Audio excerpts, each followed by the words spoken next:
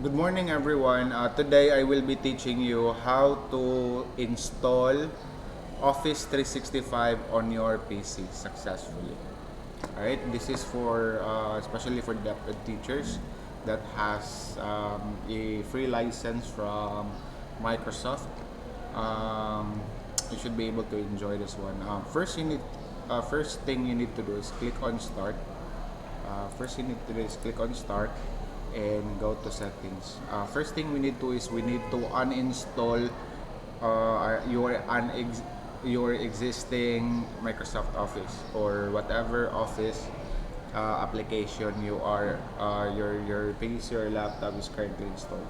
We need to remove that before installing anything. So just have to click on this and then click on install.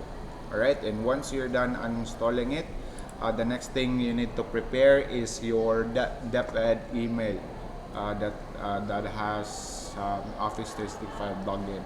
So if you're a new teacher and you do not have a log or a deped email with regards to Office 365, you might want to reach out to your ICT coordinator, and she will be the one who's going to help you with regards to it. All right, and for those teachers who forgot their email account for Office 365, again, you might wanna get in touch with your ICT coordinator, and she or he will be the one who's going to help you with it.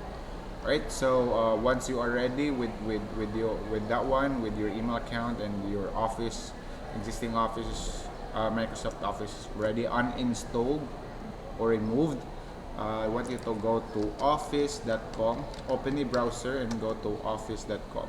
And once you are on that screen, you should be seeing the screen already. Click on sign in.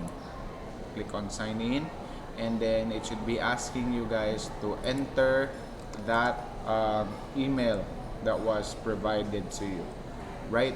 And then once you're able to log in, if it's for the first time, it should be asking you to enter a new password.